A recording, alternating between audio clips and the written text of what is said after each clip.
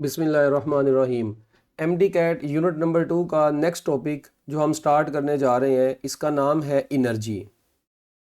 क्या नाम है बच्चों इस टॉपिक का? इनर्जी। ये टॉपिक के अंदर से बहुत ही अच्छे इंटरेस्टिंग एमसीक्यूज बनते हैं एमडी कैट में। सबसे पहले तो हमें ये पता होना चाहिए कि ये इनर्जी है क्या है। हम मैटर की क्लास से इसकी डेफिनेशन पढ़ते आ रहे हैं एनर्जी की कि ability of a body to do work is called energy. ability of a body to do work is called energy. Ability of a body to do work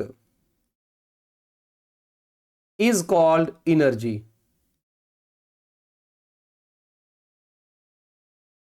कोई भी बॉडी जो वर्क करती है, ठीक है जी, और अगर उसके अंदर वर्क करने की एबिलिटी है, इसका मतलब है कि उसके पास एनर्जी मौजूद है। So ability of a body to do work is called energy. यहाँ पर बच्चों एनर्जी की बहुत सारी टाइप्स भी है। हम अपनी ज़िंदगी में जो हमेशा टाइप्स इनकी सुनते आ रहे हैं, एनर्जी की बेतहाशा टाइप्स हैं। उनमें से हम लोग कहते हैं आम तौर पर जो पढ़ते हैं काइनेटिक एनर्जी पढ़ते हैं, ठीक है, पोटेंशियल एनर्जी पढ़ते हैं। इसके अलावा हम हीट एनर्जी पढ़ते हैं। हीट एनर्जी के अलावा हम साउंड एनर्जी पढ़ते हैं। ये सारी की सारी एनर्जी की टाइप्स हैं, ठीक है। साउंड एनर्जी है, इसी तरह फिर electrical energy, chemical energy, solar energy है, solar energy, electrical energy, chemical energy, chemical energy, electrical energy वगैरह वगैरह, ये बहुत सारी हैं, ठीक है जी। Nuclear energy, nuclear energy, nuclear energy, और आगे मैं लिख रहा हूं एंड ऑफ थिंकिंग कैपेसिटी, ठीक है, वगैरह वगैरह। ये सारी एनर्जी की क्या है? टाइप्स है। अच्छा, अब इनमें से जो हमने यहां पर इस वक्त डील करनी है, जो सबसे ज्यादा हमारे लिए इंपॉर्टेंट है, वो कौन कौन सी हैं? वो एक काइनेटिक एनर्जी है और एक पोटेंशियल एनर्जी है, जिसको हम इस चैप्टर में काफी डिटेल में डिस्कस करने जा रहे हैं, ठीक है। तो अभी इनके फार्मूलाज देखेंगे, इनकी कन्वर्जन्स देखेंगे, सारी इनकी ज़बरदस्त किस्म की। ये जो जो दोनों एनर्जीज है ना, इनको मिलाकर हम मैकेनिकल एनर्जी भी बोलते हैं। कौन सी एनर्जी बोलते हैं? मैकेनिकल एनर्जी भी बोलते हैं, ठीक है। तो इनको मिलाकर कौन सी एनर्जी बोला जाता है बच्चों? मैकेनिकल एनर्जी भी बोला जाता है, मैकेनिकल एनर्जी। अच्छा, इसी तरह इंटरनल एनर्जी भी हम पढ़ते थे ना, sum of potential energy and kinetic energy of gas molecules is also called internal energy. अच्छा, एनर्जी कौन सी क्वांटिटी है बच्चों? याद रखिएगा, energy is a scalar quantity. ये एक वेक्टर क्वांटिटी नहीं है। जितनी भी ये एनर्जीज हैं बच्चों, ये सारी की सारी स्केलर क्वांटिटी के तौर पर डील की जाती हैं, क्योंकि इनमें हम डायरेक्शन की हमें ज़रूरत नहीं होती। उसके बाद जो एनर्जी है, इसका जो एसआई यूनिट होता है एनर्जी का, जो सी भी एनर्जी है उसका एसआई यूनिट जूल है, जो कि न्यूटन मीटर के भी बराबर होता है, या किलोग्राम मीटर स्क्वायर पर स्क्वायर सेकंड के बराबर भी होता है, ठीक है जी। और याद रखिएगा, एनर्जी मैंने बताया, एनर्जी के जो यूनिट है, बेशक वो वर्क वाले हैं, जो सी भी एनर्जी है, काइनेटिक एनर्जी, पोटेंशियल एनर्जी, तमाम एनर्जीज के यूनिट क्या होते हैं? ये सेम ही होते हैं। अच्छा, अब हम लोग जो सी एनर्जी को डिस्कस करेंगे, सबसे पहले उस एनर्जी का नाम है काइनेटिक एनर्जी। काइनेटिक एनर्जी के बारे में आप लोग बहुत सारी चीज़ें पहले पढ़ चुके हैं, हम इसको एंटीटेस के हवाले से बस पढ़ेंगे। काइनेटिक एनर्जी बेसिकली क्या है? Energy possessed by a body. ये किसी भी बॉडी में ये एनर्जी उस वक्त आती है, energy possessed by a body due to its motion, due to motion. Motion, जब भी किसी बॉडी के अंदर मोशन होती है, कोई बॉडी यानी मूव कर रही होती है, तो उस वक्त उस जो एनर्जी पोजेस करती है, उस energy possessed by a body को क्या बोलते हैं? काइनेटिक एनर्जी बोलते हैं। काइनेटिक एनर्जी का जो फार्मूला होता है, ठीक है, हम लोग बचपन से पढ़ते हैं, काइनेटिक एनर्जी का जो फार्मूला वो है हाफ एम वी स्क्वायर। क्या फार्मूला है इसका? हाफ एम वी स्क्वायर, ये इसका फार्मूला है। अगर मैं अब इस फार्मूले से हमें क्या पता चल रहा है? इस फार्मूले से हमें दो चीजें और पता चल रही हैं कि काइनेटिक एनर्जी का मैस ऑफ द बॉडी के साथ डायरेक्ट रिलेशन है, मगर कंडीशन ये है कि उस वक्त स्पीड कांस्टेंट कंसीडर होगी। ये फार्मूले में जो v है ये स्पीड है, और काइनेटिक एनर्जी का स्पीड के स्क्वायर के साथ डायरेक्ट रिलेशन है, मगर कंडीशन क्या है? कि अगर मैस कांस्टेंट होगा। अच्छा, इसी तरह फिर अगर स्पीड कांस्टेंट है, तो हम ये भी कहते हैं काइनेटिक एनर्जी की जगह पे हम E1 ओवर E2 भी लिख लेते हैं, मतलब एनर्जी को E1 बोल देते हैं, is equal to M1 over M2। Energy ratio is equal to mass ratio. इसी तरह जो काइनेटिक एनर्जी की जो रेशो है ये वेलोसिटीज के स्केयर के रेशो के भी बराबर, स्पीड्स की स्केयर्स के भी रेशो के बराबर हो जाएगी, ठीक है, अगर हम मैस को कांस्टेंट कंसीडर कर रहे होंगे। तो ये कुछ फार्मूलाज हैं जो कि आप लोगों को जुबानी आने चाहिए। काइनेटिक एनर्जी भी स्केलर क्वांटिटी है और याद रखिएगा kinetic energy can never be negative, ये कभी भी नेगेटिव नहीं हो सकती। काइनेटिक एनर्जी ऑलवेज पॉजिटिव होती है, ये हमेशा पॉजिटिव होती है। Can never be negative, can not be या कैन नेवर बी नेगेटिव, ये कभी भी बच्चों नेगेटिव में नहीं आएगी क्योंकि मैथ तो कभी नेगेटिव हो नहीं सकता। और जो v है ये अगर नेगेटिव होगा भी तो स्केयर की वजह से ये क्या हो जाएगा, पॉजिटिव हो जाएगा, लिहाजा काइनेटिक एनर्जी कभी भी नेगेटिव नहीं हो सकती। अब इसके बाद अगर हम काइनेटिक एनर्जी का और मैस का ग्राफ ड्रॉ करें, चलें ग्राफ की बात हम अभी आगे कर, बल्कि भी कर लेते हैं साथ ही। देखें अगर हमारे पास यहां पर मैं कहता हूं जी एक ग्राफ हम बना रहे हैं, जो ये ग्राफ में इसको थोड़ा सा हम आगे कर लें। ये जो ग्राफ है अब आपके पास, इसमें वेरिएबल्स हम डिफाइन कर देते हैं। काइनेटिक एनर्जी वाई एक्सिस के ऊपर है और मैस जो है वो हम एक्स एक्सिस के ऊपर ले लेते हैं, और स्पीड उस वक्त जब कांस्टेंट है। तो बताएं काइनेटिक एनर्जी का मैस के साथ क्या रिलेशन है, डायरेक्ट रिलेशन है। तो डायरेक्ट रिलेशन होने की वजह से काइनेटिक एनर्जी और मैस के दरमियान में जो ग्राफ आता है ये हमेशा एक स्ट्रेट लाइन आता है। काइनेटिक एनर्जी और मैस के दरमियान में ग्राफ क्या आता है, स्ट्रेट लाइन आता है। इसी तरह अगर मैं आपसे कहता कि काइनेटिक एनर्जी के फार्मूले में हमारे पास यहाँ पर वाई एक्सिस के ऊपर काइनेटिक एनर्जी है, मगर एक्स एक्सिस के ऊपर हम वेलोसिटी का स्केयर लेते हैं, तो अभी भी देखें काइनेटिक एनर्जी का वी स्केयर के साथ डायरेक्ट रिलेशन है, तो ग्राफ अभी भी क्या होगा, स्ट्रेट लाइन होगा। मगर ग्राफ के अंदर वेरिएबल्स में मैंने बताया था तब्दीली कर दें तो पंगे पड़ जाते होते हैं। अगर मैं तब्दीली ये करता हूं, जरा गौर से देखना, अगर मैं तब्दीली क्या करता हूं, अगर मैं ये तब्दीली कर दूं बच्चों कि वाई एक्सिस और एक्स एक्सिस के ऊपर, वाई एक्सिस और एक्स एक्सिस के ऊपर, इसको ना मेरा ख्याल है एक मिनट, ये जरा ना इसमें कोई पंगा सा पड़ा हुआ है, इसके ग्राफ जो है ना, ये देखें अगर मैं काइनेटिक एनर्जी और वी के दरमियान में ग्राफ ड्रॉ करता हूं, तो यहां पर हमारे पास वाई एक्सिस के ऊपर काइनेटिक एनर्जी और अब एक्स एक्सिस के ऊपर वी स्केयर है, सॉरी वी अकेला, अब क्या है वी स्केयर नहीं अकेला वी। अब ग्राफ कैसा होगा, तो देखें अब अगर स्केयर फंक्शन का ग्राफ मैंने आपको बताया था हमेशा पैराबोलिक शेप का होगा और ये इंक्रीजिंग स्लोप वाला होता है। ये बात आपको बताई हुई है, जिसने नहीं देखा ग्राफ का लिंक मैं नीचे वीडियो में दे दूंगा, ठीक है। वो ग्राफ्स को की वीडियो भी चैनल के ऊपर अपलोड है, वो आप पूरी वीडियो देख लेंगे तो आपको ग्राफ से रिलेटेड कोई भी क्वेश्चन कभी नहीं भूलेगा, ठीक है। तो ये बच्चों इस तरीके से हमारे पास ये ग्राफ्स हो गए। फिर काइनेटिक एनर्जी में एक और बड़ी इंपॉर्टेंट चीज है, वो क्या है, काइनेटिक एनर्जी का एक और फार्मूला भी हम पढ़ते होते हैं। ये जो हमने फार्मूला अभी पढ़ा है ना, वो हाफ एम वी स्केयर। अगर मैं क्या काम करता हूं, मैं ऊपर और नीचे m से मल्टीप्लाई करवा देता हूं, तो m स्केयर वी स्केयर नीचे बन गया 2m। ये m स्केयर वी स्केयर को मैं मोमेंटम का स्केयर भी लिख सकता हूं डिवाइडेड बाय 2m। तो यहां से हमें पता चल गया, यहां से अब दो चीजें और पता चली कि काइनेटिक एनर्जी का मोमेंटम के स्केयर के साथ डायरेक्ट रिलेशन है, जबकि काइनेटिक एनर्जी का मैस के साथ क्या रिलेशन है, इनवर्स रिलेशन है। अब देखें ऊपर वाले फार्मूले में काइनेटिक एनर्जी का मैस के साथ डायरेक्ट रिलेशन आ रहा था, नीचे वाले में इनवर्स आ रहा है, तो बच्चे कहते हैं हम कौन सा यूज करेंगे। आपने अपना दिमाग इस्तेमाल करना है, जब मोमेंटम कांस्टेंट होगा तब मैस के साथ इनवर्स रिलेशन है, जब मैस कांस्टेंट है तो काइनेटिक एनर्जी का मोमेंटम के स्केयर के साथ डायरेक्ट रिलेशन है। ये क्वेश्चन की स्टेटमेंट से आपको पता चलेगा कि ये क्वेश्चन आपसे किस टाइप का पूछा गया है। इसके बाद अगर मैं काइनेटिक एनर्जी की रेशो की बात करूं तो E1 ओवर E2 बराबर होगा P1 ओवर P2 का स्केयर, और इसी तरह अगर इधर बात करूं तो एनर्जी काइनेटिक एनर्जीज की जो रेशो होगी वो बराबर होगी M2 divided by M1, inverse ratio of the message. तो लें जी, ये हमारे पास बच्चों कुछ बातें थी इनके फार्मूला से रिलेटेड। और सेम वैसे ही जिस तरह यहाँ पर ग्राफ में, अब अगर मैं काइनेटिक एनर्जी का m के साथ ग्राफ देखूं जब मोमेंटम कांस्टेंट हो, मगर कंडीशन क्या है, मोमेंटम जब कांस्टेंट हो, तो बच्चों जब मोमेंटम कांस्टेंट होता है तो काइनेटिक एनर्जी और मैस के दरमियान में इनवर्स रिलेशन होने की वजह से ग्राफ की जो शेप है वो आपको पता है ऐसी रेक्टेंगुलर हाइपरबोला जैसी होती है। और अगर काइनेटिक एनर्जी और मोमेंटम के स्केयर का ग्राफ देखेंगे तो वो वही होगा जैसा हमने अभी ऊपर भी पढ़ा है कि काइनेटिक एनर्जी, अगर तो काइनेटिक एनर्जी और यहाँ पे मोमेंटम का स्केयर है तो फिर तो डायरेक्ट रिलेशन का ग्राफ स्ट्रेट लाइन ही होगा, ठीक है। मगर अगर सिर्फ मैं वाई एक्सिस के ऊपर, एक्स एक्सिस के ऊपर मोमेंटम शो कर दूं, मतलब स्केयर शो नहीं करता, सिर्फ क्या शो कर दूं, मोमेंटम शो कर दूं, तो फिर इसकी शेप कैसी होगी? ये देखें, अगर वाई एक्सिस के ऊपर मैं क्या करता हूं, ये देखें यहां पर मैंने काइनेटिक एनर्जी शो की और इधर मैंने मोमेंटम शो कर दिया।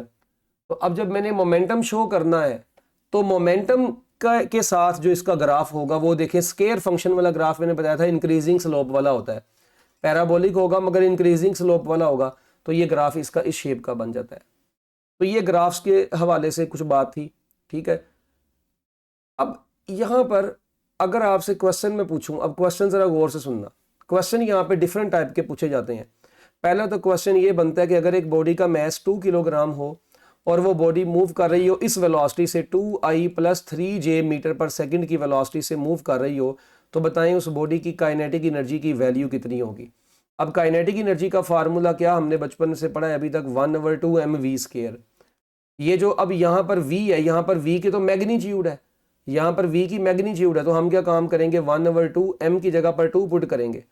अब जो v है हमारे पास, इसका हमने स्केयर पुट करना है, मगर v की मैग्नीट्यूड कितनी है, हम इसकी मैग्नीट्यूड लेंगे तो वो √2 का स्केयर यानी 4 + 3 का स्केयर 9, तो ये आपके पास आंसर में आ जाएगा √13।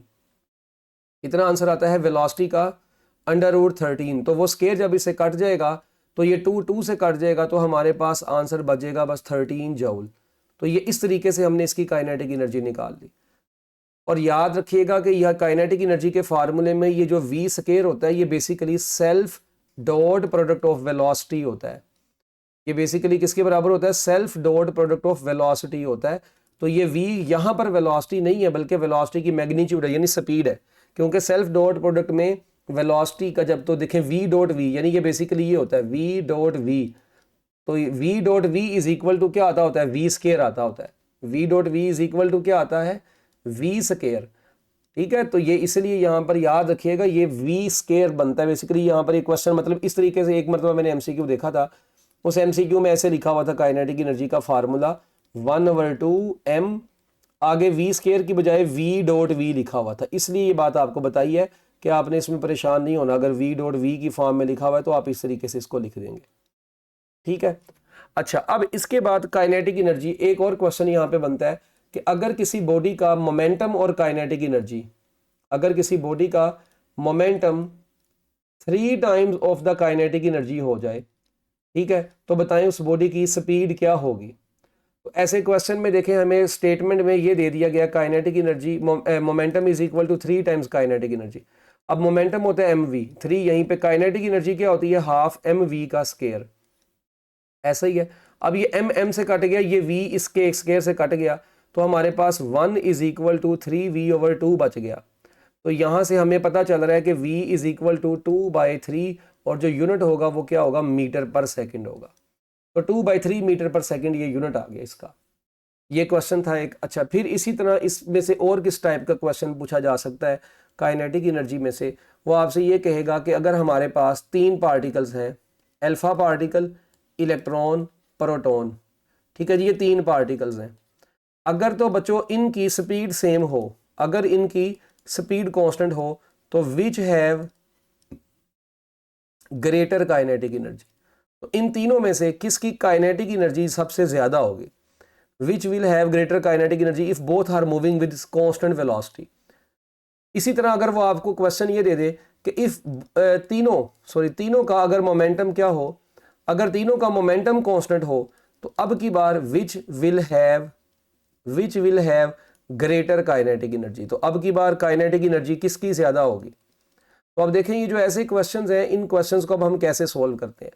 सबसे पहले तो देखें कि अगर तो v कांस्टेंट है, अब उसने खुद क्वेश्चन में आपको बोल दिया कि v कांस्टेंट है, तो काइनेटिक एनर्जी का, अगर तो v कांस्टेंट है तो काइनेटिक एनर्जी का मास के साथ डायरेक्ट रिलेशन होगा। अच्छा, अब खत्म होगी बात, इसका मतलब जिसका मास ज्यादा होगा उसकी काइनेटिक एनर्जी ज्यादा होगी। अब अगर मैं मास की बात कर लूं तो सबसे ज्यादा मास अल्फा पार्टिकल का है, उससे ज्यादा मास प्रोटॉन का है, और सबसे कम मास इन तीनों में इलेक्ट्रॉन का है। इसका मतलब कि काइनेटिक एनर्जी सबसे ज्यादा किसकी होगी, तो सबसे ज्यादा काइनेटिक एनर्जी किसके लिए होगी, अल्फा पार्टिकल के लिए होगी।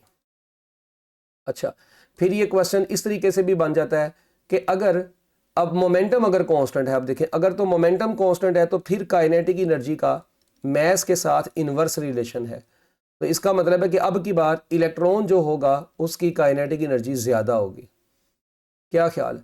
तो ये देखें, अब ये डिपेंड करेगा हमारे पास जो पेपर में क्वेश्चन पूछा गया है वो किस नौयत का क्वेश्चन पूछा गया है। फिर एक और टाइप का क्वेश्चन यहाँ पर बन सकता है। वो क्वेश्चन क्या बनेगा? अगर आपसे पूछा जाए कि हमारे पास टू बॉडीज है, ठीक है जी, ज़रा गौर से सुनिएगा, दो बॉडीज है हमारे पास, ठीक है जी, हैविंग सेम मैस, उनका मैस सेम है, ठीक है जी, उनका मैस क्या है? Same. There momentum ratio, there momentum ratio is 2:3, then kinetic energies ratio will be what? तो बताएं काइनेटिक एनर्जीज रेशो क्या होगी? काइनेटिक एनर्जी रेशो किसके बराबर होगी? अब देखें, ऐसे क्वेश्चन को सॉल्व करने के लिए सबसे पहले तो काइनेटिक एनर्जी का, अब उसने बोल दिया है मैस की बात कर दी, मोमेंटम की बात कर दी और काइनेटिक एनर्जी की बात कर दी। तो इसका मतलब है काइनेटिक एनर्जी का जो फार्मूला इस्तेमाल होने जा रहा है वो मोमेंटम का स्क्वायर डिवाइडेड बाय 2m इस्तेमाल होगा। अब क्योंकि मैस इनका सेम है, जब मैस सेम है तो काइनेटिक एनर्जी का मोमेंटम के स्क्वायर के साथ क्या रिलेशन होगा? डायरेक्ट रिलेशन होगा। तो काइनेटिक एनर्जी रेशो बराबर होगी किसके? Is equal to ratio of their momentums का स्क्वायर। तो जब आप इनके मोमेंटम्स का स्क्वायर ले लेंगे तो आंसर कितना आ जाएगा? 4:9 आ जाएगा।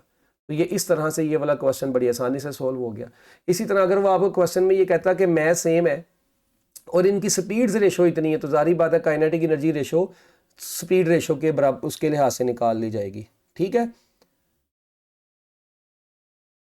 अच्छा जी। इसके बाद बच्चों अगर मैं आपको इसी क्वेश्चन में ये कह देता कि two bodies have same momentum, ठीक है जी, and their mass ratio is 2/3। अगर क्वेश्चन में मैं आपको ये कहता कि बच्चों इनका मोमेंटम सेम है और मास रेशो 2/3 है, तो काइनेटिक एनर्जी रेशो का फिर क्या आंसर आना था? क्योंकि फिर काइनेटिक एनर्जी का मास के साथ इनवर्स रिलेशन बन जाना था। तो फिर काइनेटिक एनर्जी रेशो जो थी वो inverse ratio of the message के बराबर आएगी। किसके बराबर आएगी? Inverse ratio of the message के बराबर आएगी। तो देखें, अगर मैं आपसे कहता हूं कि इलेक्ट्रॉन एंड प्रोटॉन, क्या क्वेश्चन है? Electron and proton, electron and proton having same momentum, अगर ऐसा हो कि इनका मोमेंटम सेम हो जाए, ठीक है, if electron and proton having the same momentum then which will have greater kinetic energy, या then kinetic energy of alpha particle to the kinetic energy of proton की रेशो किसके बराबर होगी? अब देखें हम क्या काम करेंगे। अगर मोमेंटम कांस्टेंट है तो काइनेटिक एनर्जी का मास के साथ अंडरस्टूड है कि क्या रिलेशन है? इनवर्स रिलेशन है। तो जब आप kinetic energy of alpha two the kinetic energy of proton निकाल रहे हैं, सॉरी अल्फा नहीं इलेक्ट्रॉन है, तो जब आप इलेक्ट्रॉन की काइनेटिक एनर्जी निकाल रहे हैं टू द प्रोटॉन, तो फिर आपके पास यहां पर मास भी क्या होगा? Kinetic energy of electron to the kinetic energy of proton तो बराबर रहेगा मास ऑफ प्रोटॉन ऊपर, मास ऑफ इलेक्ट्रॉन नीचे। अब हमें पता है कि मास ऑफ इलेक्ट्रॉन जो होता है 1836 गुना मास ऑफ प्रोटॉन जो होता है 1836 गुना मास ऑफ इलेक्ट्रॉन के बराबर होता है। इलेक्ट्रॉन का मास जो होता है वो प्रोटॉन से ज्यादा होता है, 1800, प्रोटॉन का मास इलेक्ट्रॉन से 1836 गुना ज्यादा होता है। तो बच्चों ये कट गया तो हमारे पास जो रेशो आ गई वो 1836 आ गई। तो एमसीक्यू में 1836 1/1836 इस तरह की ऑप्शन दी हुई थी। ओके बच्चों, अच्छा इसके बाद नेक्स्ट एमसीक्यू है, ये एमसीक्यूज की टाइप हो गई। इसके बाद ना बच्चों कुछ परसेंटेज से भी रिलेटेड एमसीक्यूज पेपर में पूछे जाते हैं। परसेंटेज से रिलेटेड एमसीक्यूज कैसे होते हैं? मैं इधर हेडिंग बना देता हूं, परसेंटेज इंक्रीज या डिक्रीज के क्वेश्चंस को कैसे सॉल्व किया जाएगा अगर ये इनमें से इस तरह के कोई क्वेश्चन पूछे जाएंगे। और ये अक्सर बहुत ज़्यादा, मतलब ये बता रहा हूं मैं आपको कि ये पूछे जाते हैं। परसेंटेज इंक्रीज, परसेंटेज डिक्रीज, फलां जगह पे इतने परसेंट इंक्रीज, मोमेंटम को अगर इतने परसेंट डिक्रीज कर दें, काइनेटिक एनर्जी, ये वो सारे इस तरह के क्वेश्चंस। तो आपको मैं इनके, देखें इसके ना मार्केट में डिफरेंट किस्म के शॉर्टकट चलते हैं, मुझे सारे शॉर्टकट पता है, ठीक है। कई बच्चे कमेंट्स कर रहे होते हैं कि सर वो शॉर्टकट है वो हमारी फलानी क्लास में हमें वो शॉर्टकट टीचर्स ने बताया था, वो शॉर्टकट जो है ना, मैं आपको बता दूं, कोई कहता है लेस देन 10% के लिहाज से, मोर देन 10% के लिहाज से। अगर लेस देन 10% के लिहाज से होगा उसका रूल अलहदा है, मोर देन 10% होगा उसका रूल अलहदा है। इसी तरह डिक्रीज में भी 10% से लेस वाले का रूल अलहदा है, मोर देन वाले का रूल अलहदा है। तो सर हमें वो रूल एक तो बच्चों को याद नहीं रहते, और वो जो है ना अपनी आसानी के लिए मतलब बच्चे पता नहीं किस तरीके से उसको कर लेते हैं, मगर हमें ज़रूरत नहीं है। हम उस शॉर्टकट की बजाय इसको बहुत अच्छे तरीके से ज़ुबानी ही कर लिया करेंगे, बस प्रैक्टिस की ज़रूरत है। पेपर में क्वेश्चन ये आया, if kinetic energy is increased by 300%, is increased by 300%। अगर काइनेटिक एनर्जी को 300% इंक्रीज कर दिया जाए, then percentage increase in momentum will be. तो कहता है बताएं मोमेंटम में कितने परसेंटेज इंक्रीज आएगा। Then percentage increase in momentum will be. अब मोमेंटम में कितना परसेंट इंक्रीज आएगा, ऑप्शन दी हुई है वही 100%, 200%, 300%, 900%, खुद ही लिख लेना ऑप्शन। अब मैं आपको जो देसी तरीका बताने लगा हूँ वो क्या है बच्चों, आपने ऐसे क्वेश्चन को हमेशा 3 स्टेप्स में डिवाइड कर लिया करना है। बस कितने स्टेप्स में डिवाइड कर लिया करना है, 3 स्टेप्स में डिवाइड कर लिया करना है। अच्छा, इन स्टेप्स को भी अप्लाई करने से पहले ना आपको 2 फार्मूलाज आने चाहिए। याद रखें, जब भी आपने परसेंटेज इंक्रीज निकालनी है तो परसेंटेज इंक्रीज निकालते वक्त आपने क्या काम किया करना है, जो आपकी इंक्रीज्ड वैल्यू है, अगर हम इंक्रीज करें तो जो इंक्रीज्ड वैल्यू है उसको ऊपर लिखें, माइनस ओरिजिनल वैल्यू लिखें, minus original value, increased value minus original value divided by original value, divided by original value into 100। ये आपके पास बच्चों परसेंटेज इंक्रीज का फार्मूला है। इसी तरह परसेंटेज डिक्रीज के फार्मूले में आपने क्या काम किया करना है, आपने ओरिजिनल वैल्यू पहले लिखनी है। अब की बार ये फार्मूला बस याद रखें, ओरिजिनल वैल्यू पहले। ये आपकी बुक में, बच्चे कहते हैं हमारी बुक में नहीं है। अगर आपको पता हो ना, आप चैप्टर नंबर 4 का आखिरी न्यूमेरिकल है वो आप अक्सर का छोड़ देते हैं क्योंकि ये बोर्ड के पेपरों में नहीं आता कहा जाता है, तो ये उस फार्मूले के उसके अंदर है ये यूज। तो original minus decreased value, decreased value divided by original value, divided by यानी नीचे ओरिजिनल ही आनी है, ज़रब 100। ये हमारे पास परसेंटेज डिक्रीज का फार्मूला है। अब उसने आपसे इस क्वेश्चन में ये पूछा है कि बताएं अगर मैं काइनेटिक एनर्जी को 300 गुना बढ़ा दूं तो मोमेंटम में कितने परसेंटेज इंक्रीज आएगा, यानी उसने ये वाली बात पूछी। अब आपने परसेंटेज इंक्रीज का ये वाला फार्मूला लगाना है। किसी क्वेश्चन में ये भी लगेगा, वो डिपेंड करेगा हमारे पास क्वेश्चन क्या है। अच्छा, अब देखें, अगर बच्चों मैं क्या काम करता हूं, सबसे पहले काइनेटिक एनर्जी को आपने 300 गुना बढ़ाया है, तो इसका मतलब है जो न्यू काइनेटिक एनर्जी होगी वो बेसिकली ओल्ड काइनेटिक एनर्जी में आपने उसको 300% बढ़ाया है। 300 परसेंटेज को जब भी आप फ्रैक्शन में कन्वर्ट करते हैं 100 से डिवाइड करते हैं। 300 को जब आप 100 से डिवाइड करेंगे तो वो अकेला 3 आ जाएगा। इसका मतलब है आपकी काइनेटिक एनर्जी जो है वो पहले से 3 गुना बढ़ी है, यानी कि काइनेटिक एनर्जी में आपने 3 टाइम्स मजीद काइनेटिक एनर्जी ऐड कर दी है। 3 का मतलब है 300%। तो हमारे पास न्यू काइनेटिक एनर्जी आ गई 4 गुना। अब काइनेटिक एनर्जी पहले से 4 गुना हो गई, ये पहला स्टेप हो गया। अब हमें पता है कि momentum kinetic energy directly proportional होती है पी स्क्वायर। तो मोमेंटम किसके डायरेक्टली प्रोपोर्शनल होता है, मोमेंटम डायरेक्टली प्रोपोर्शनल होता है अंडर रूट काइनेटिक एनर्जी के। तो यहां से पता चला कि जो न्यू मोमेंटम आएगा, काइनेटिक एनर्जी पहले से 4 गुना बढ़ गई। अब देखें 4 गुना तो उसका अंडर रूट कितना होगा, 2। तो बच्चों नया जो मोमेंटम आया वो पहले से इंक्रीज्ड मोमेंटम जो आया वो पहले से कितना आया, 2 गुना आ गया। मोमेंटम में इंक्रीज पहले से 2 गुना आया। हमने निकालना है परसेंटेज इंक्रीज। क्या निकालना है, अब परसेंटेज इंक्रीज का फार्मूला भी मैं आपको ऊपर बता के आया हूं। इंक्रीज्ड वैल्यू कितनी है मोमेंटम की, 2p माइनस ओरिजिनल तो उसकी p थी, डिवाइडेड बाय ओरिजिनल p है, इनटू मल्टीप्लाई करवा दें जी 100 से। तो हमारे पास p ओवर p बचेगा और साथ में बचेगा 100। p से कट गया तो हमारे पास percentage increase in the momentum कितना आ गया, 100% आ गया। तो आपके इस MCQ का आंसर है 100%। अब मुझे बताएं इसमें कौन सा शॉर्टकट आपको लगाना पड़ा। आप इसको अगर आपको आता हो तो आप बहुत आसानी से कर सकते हैं। ये लें, अब इसी तरह देखें, मैं एक और क्वेश्चन आपसे कहता हूं।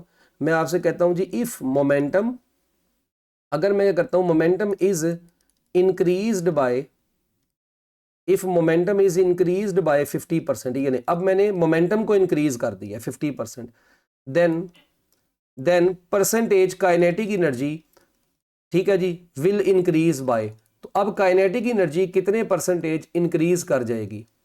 ठीक है, अब आप सबसे पहले तरीका वही है, आपको पता है। देखें, मोमेंटम को अब की बार बढ़ाया तो जो न्यू मोमेंटम आएगा वो पहले से 50/100 कर लो ना, ये लो 50/100 पी, तो ये 0 0 से कट गया, तो आपके पास पी प्लस कितना बचेगा 0.5 P, which is equal to 1.5 P. इतनी की तो कैलकुलेशन आपको अब आनी चाहिए। उसके बाद हमें पता है कि काइनेटिक एनर्जी का अब पी के स्केयर के साथ डायरेक्ट रिलेशन है। इसका मतलब मोमेंटम का जो आंसर आया है, काइनेटिक एनर्जी उसकी साथ वाली वैल्यू का डबल आएगी, तो 1.5 का स्केयर ले लें इनटू ओरिजिनल काइनेटिक एनर्जी, ये जो न्यू काइनेटिक एनर्जी आई है। अब 1.5 जो होता है ये बेसिकली 3/2 होता है, तो 3/2 का स्केयर लेते हैं तो 9/4 आता है। मैं इसको फ्रैक्शन की बजाय ऐसे लिख देता हूँ ना, मतलब इशारे में वैल्यू नहीं लिख रहा, ये 9/4 टाइम्स काइनेटिक एनर्जी आ गया।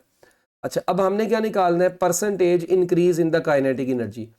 परसेंटेज इंक्रीज निकालने के लिए काइनेटिक एनर्जी में परसेंटेज इंक्रीज निकालना है, तो सबसे पहले देखें कि काइनेटिक एनर्जी की इंक्रीज्ड वैल्यू कितनी आई है, 9/4 kinetic energy minus original kinetic energy ये है, divided by original kinetic energy into 100। अब देखें काइनेटिक एनर्जी को कॉमन ले लेंगे, वो कट जाएगा, तो 9/4 - 1 आपके पास बचेगा इनटू 100। ऐसे ही है, अब ये जो 9/4 - 1 है, ये बच्चों 5/4 इंटू 100 बन जाएगा। अब इसको कट करेंगे तो ये आपके पास ओवरऑल आंसर जो है वो 125% आ जाएगा। 100 को 4 से काट देना, जो आंसर आएगा उसको 5 से मल्टीप्लाई करवा देना है ना। ठीक है जी, तो ये आपके पास आ गया इस तरीके से। तो काइनेटिक एनर्जी में जो इंक्रीज आया वो कितना आया, 125% आया। इसी तरह अगर बच्चों मैं आपको ये कहता हूँ, अब देखें एक और क्वेश्चन आपको देते हैं। अगर मैं आपसे कहता हूं इफ मोमेंटम इज, अब की बार मैं मोमेंटम को डिक्रीज करने जा रहा हूं, if momentum is decreased bye 10%, अगर मैं मोमेंटम को कितने परसेंट डिक्रीज कर देता हूं, 10% डिक्रीज कर देता हूं, then percentage decrease in kinetic energy, तो बताएं काइनेटिक एनर्जी में भी कितने परसेंटेज डिक्रीज आएगा। क्योंकि मोमेंटम को डिक्रीज करेंगे, काइनेटिक एनर्जी ने तो डिक्रीज करना ही करना है। हम क्या काम करेंगे, अब की बार जो नया मोमेंटम आया है वो पहले वाले मोमेंटम से 10% यानी 10/100%, ये 10/100 कम आना है, यानी ये P - 0.1 P, तो ये हमारे पास 0.9 P आया अब की बार, मोमेंटम डिक्रीज जो हुआ था। अच्छा, काइनेटिक एनर्जी जो होती है वो मोमेंटम के स्केयर के डायरेक्टली प्रोपोर्शनल होती है, तो जो न्यू काइनेटिक एनर्जी आएगी बच्चों वो 0.9 का square into original kinetic energy आ जाएगी। अब 0.9 का जब हम स्केयर लेते हैं तो ये किसके बराबर आता है, 0.9 का स्केयर ये 0.81 होता है। ठीक है जी, और साथ में हमारे पास जो काइनेटिक एनर्जी है ओरिजिनल ये, अब काइनेटिक एनर्जी इतनी आई है। लें जी, अब हमने निकालना है परसेंटेज डिक्रीज। तो परसेंटेज डिक्रीज का फार्मूला क्या था, वो था ओरिजिनल काइनेटिक एनर्जी को मैं ई बोल देता हूँ, माइनस जो आई है चेंज होके 0.81 ई, ठीक है, डिवाइडेड बाय ओरिजिनल इनटू 100। अब देखें ई कॉमन लेंगे तो वो ई कॉमन लेंगे, नीचे वाले ई से कट जाएगा, 1 - 0.81 इंटू 100 बचेगा। अब 1 में से जब 8 आप माइनस कर देते हैं और इसको मल्टीप्लाई करवाएंगे, आपके पास ओवरऑल जो आंसर बचेगा पुत्र वो 19% बचेगा। कैलकुलेट कर लो, मेरा ख्याल है इसमें कोई मुश्किल चीज़ नहीं है। ठीक है जी, लो जी, आपके पास ये MCQ का आंसर आ गया। इसके बाद नेक्स्ट हमारे पास एक टॉपिक आता है जिसका नाम है work energy principal. Work energy principal, इसमें से भी बड़े अच्छे अच्छे MCQs बनते होते हैं पेपर में कि वर्क एनर्जी प्रिंसिपल जो है ये है क्या है। नाम से पता चल रहा है कि work done on a body is equal to change in its energy. Basically हम ये बोलते हैं work done on a body is equal to change in its energy. ठीक है, ये देखें, work done on a body is equal to change in energy. हम ये भी कहते हैं कि जो चेंज इन एनर्जी है वो बेसिकली काइनेटिक एनर्जी का चेंज किसी भी बॉडी में, काइनेटिक एनर्जी का चेंज प्लस पोटेंशियल एनर्जी का चेंज, इन दोनों के सम के बराबर होता है। Work done on a body is equal to change in kinetic energy plus change in potential energy. हाँ, अब इधर अगर हम ये कहते हैं कि यार एक सिस्टम की काइनेटिक पोटेंशियल एनर्जी ही कांस्टेंट है, तो अगर पोटेंशियल एनर्जी कांस्टेंट होती है तो आपको पता है change in potential energy zero होती है, तो उस वक्त आपका जो वर्क डन है वो सिर्फ और सिर्फ काइनेटिक एनर्जी के चेंज में कन्वर्ट होता है। यानी ये work done is equal to change in kinetic energy सिर्फ एक कंडीशन में आता है जब पोटेंशियल एनर्जी कांस्टेंट हो। इसी तरह अगर एक सिस्टम है उसमें काइनेटिक एनर्जी कांस्टेंट है तो फिर उस सिस्टम की change in kinetic energy zero होगी और अब आपका किया गया वर्क सारा का सारा पोटेंशियल एनर्जी में कन्वर्ट होगा। अब आपको अगर याद हो, आप एफएससी में, अपनी एफएससी में ये चीज़ आप अपने चैप्टर नंबर 4 में पढ़ते हैं, ठीक है, और ये चीज़ आप अपने चैप्टर नंबर 12 में पढ़ते हैं सेकंड ईयर में, जहाँ पे आप चार्ज की बात करते हैं और आपका वर्क जो है वो किस में कन्वर्ट होता था, सारा का सारा चार्ज की इलेक्ट्रिकल पोटेंशियल एनर्जी में। मैं इधर लिख नहीं रहा क्योंकि पेपर में ये थोड़ी उसने पूछना चैप्टर का नेम, ये तो जस्ट आपको वैसे ही बताने की बात की है।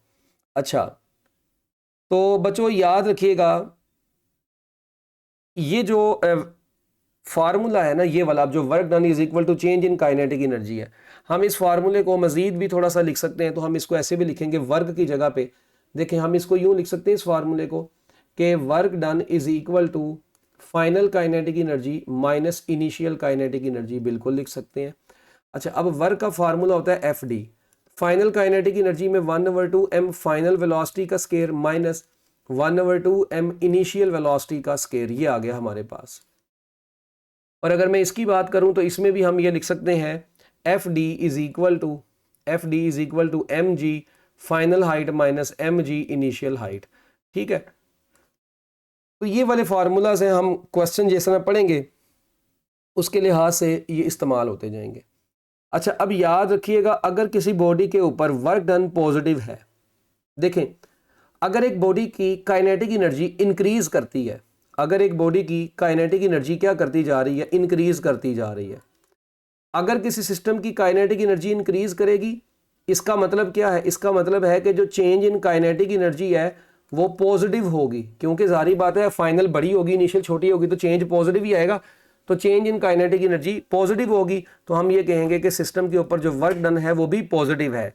यानी कि if work done on the body, system नहीं बॉडी की बात कर रहा हूं, if work done on the body is positive then its kinetic energy increases, इसका मतलब है काइनेटिक एनर्जी उस सिस्टम की इंक्रीज कर जाती है। और इसी तरह अगर work done on the body negative है, अगर work done on the body is negative है, यानी कि हमारे पास वर्क में आंसर नेगेटिव आ रहा है, इसका मतलब है काइनेटिक एनर्जी उस बॉडी की डिक्रीज कर गई है। तो अगर किसी बॉडी की काइनेटिक एनर्जी डिक्रीज कर रही है वक्त के साथ साथ, इसका मतलब है कि उसकी जो चेंज इन काइनेटिक एनर्जी है वो क्या आएगी, नेगेटिव आएगी, और हम कहेंगे कि बॉडी का जो वर्क डन है वो भी क्या है, नेगेटिव है। ओके, अब इसी तरह हम यहाँ पे पोटेंशियल एनर्जी में जब देखते हैं तो देखें पोटेंशियल एनर्जी में अगर पोटेंशियल एनर्जी बॉडी की इंक्रीज कर रही है, इसका क्या मतलब है, इसका मतलब है कि उसकी जो चेंज इन पोटेंशियल एनर्जी है वो क्या होगी, पॉजिटिव होगी, ठीक है, और जो वर्क डन है वो भी क्या हो जाएगा, पॉजिटिव हो जाएगा। इसका मतलब है अगर किसी बॉडी की पोटेंशियल एनर्जी बढ़ रही है, ठीक है जी, अगर किसी बॉडी की पोटेंशियल एनर्जी बढ़ रही है, ठीक है, तो हम ये कहते हैं कि work done on the body is positive. यानी if work done on the body is positive then its potential energy increases. अच्छा, इसी तरह if work done on the body is negative, अगर बॉडी के ऊपर सेम वैसे जिस तरह वहां पर देखा ना, अगर अब देखें अगर पोटेंशियल एनर्जी डिक्रीज कर रही हो एक बॉडी की, इसका मतलब है कि उसकी जो चेंज इन पोटेंशियल एनर्जी है वो क्या आएगी, नेगेटिव आएगी, तो हमारा जो वर्क डन है वो भी क्या आएगा, नेगेटिव आएगा। ठीक है, तो ये बच्चों आप लोगों ने बातें हैं कुछ जो कि अपने जहन में रखनी है। इसमें ना अब एक और, ये जो मैंने अभी पोटेंशियल एनर्जी के बारे में बात बताई है, इसमें एक कंफ्यूजिंग चीज़ है। बच्चे डिफरेंट जगहों पे एमसीक्यूज देखते हैं। देखिए मैंने बोला है work done on the body is negative when potential energy decrease. मैंने यहाँ पर वर्क डन बाय ग्रेविटी की बात नहीं की।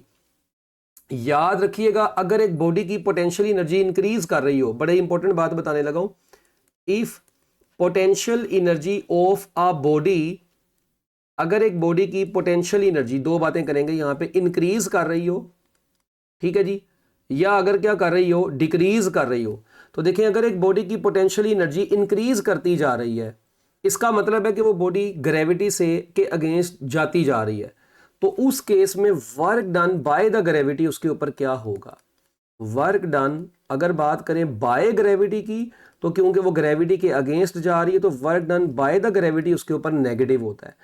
और अगर उसकी पोटेंशियल एनर्जी डिक्रीज कर रही है, इसका मतलब क्या है, इसका मतलब है कि वो बेचारी क्या कर रही है, वो वापस मतलब ज़मीन की तरफ आ रही है, तो वो ग्रेविटी की डायरेक्शन में आ रही, तो work done by the gravity उस वक्त क्या होगा, पॉजिटिव होगा। तो work done by the gravity उस वक्त क्या होगा, पॉजिटिव होगा। तो याद रखिएगा हम ये भी कहते हैं कि in the direction of gravity, in the direction of gravity potential energy हमेशा डिक्रीज करती है और work done by the gravity positive होता है। और ऑपोजिट टू द ग्रेविटी की अगर बात करते हैं तो ग्रेविटी के जब ऑपोजिट जाते हैं तब work done by the gravity जो होता है नेगेटिव होता है और पोटेंशियल एनर्जी बॉडी की इंक्रीज कर जाती है। अच्छा, अगर एक बॉडी को ज़मीन से किसी हाइट पर पकड़ा हुआ है हमने, मगर अब उसकी पोटेंशियल एनर्जी कांस्टेंट रह रही है, यानी ना उसमें इंक्रीज आ रहा है ना उसमें डिक्रीज आ रहा है, इसका मतलब है कि अब की बार क्या होगा, अगर एक बॉडी, तो अब की बार वर्क डन जीरो होगा। कैसे भला, देखें मैं आपको कहता हूँ, सपोज करें ये अर्थ है, ठीक है, अर्थ से एक बॉडी यहाँ से किसी पर्टिकुलर हाइट h के ऊपर है, ठीक है। अच्छा, अब हम इसको क्या काम करते हैं, इसको यानी किसी टेबल की सरफेस के ऊपर, आप सपोज करें टेबल की सरफेस के ऊपर पड़ी है, टेबल से नीचे बॉटम तक की जो हाइट है वो h है। अब टेबल के ऊपर हम उसको मूव करवा रहे हैं इस डायरेक्शन में।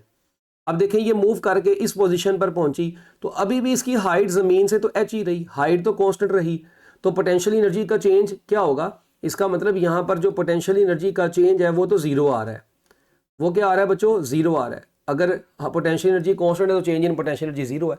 इसका मतलब है कि अब इसके ऊपर ग्रेविटी का वर्क जीरो क्यों है, क्योंकि देखें बॉडी का डिस्प्लेसमेंट आगे को हो रहा है, जबकि ग्रेविटी की फोर्स mg डाउनवर्ड एक्ट कर रही है, एंगल 90 डिग्री का बन रहा है। तो ये w के नीचे g लिखते हैं, work done by the gravity zero होता है जब potential energy of the body constant होती है और उसमें चेंज जीरो होता है, ठीक है।